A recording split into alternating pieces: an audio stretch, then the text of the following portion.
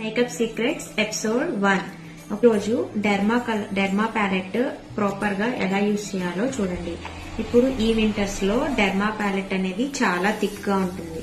So application అనేది మనకి చాలా ప్రాబ్లం అవుతుంది అనమాట. ఇలా డైరెక్ట్ గా డెర్మా ప్యాలెట్ లో క్రీమ్ తీసుకొని డైరెక్ట్ గా అప్లై చేస్తే మాత్రం మీ బేస్ అన్నది చాలా థిక్ గా డెర్మా ఫౌండేషన్ అనేది ఇలా తీసుకోవాలి. తీసుకొని మనకి ఎంత రిక్వైర్మెంట్ ఉందో అది స్పాచులాలో తీసుకోవాలి.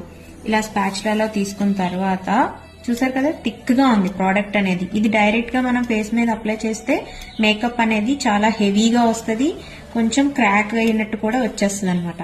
సో ఇలా తీసుకున్న తర్వాత ఒక ఫింగర్ తో దీన్ని బాగా రబ్ చేయాలి.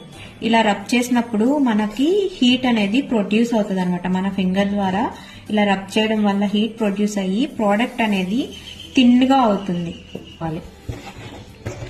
ఇలా అప్లై చేసుకున్న ప్రోడక్ట్ మన స్కిన్ లోకి నీట్ గా బ్లెండ్ అయిపోతుంది.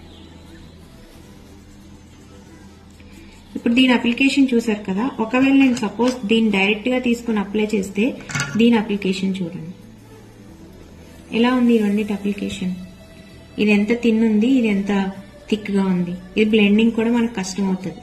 ఇది మనకి బ్లెండింగ్ అనేది చాలా ఈజీ అవుతుంది చూడండి.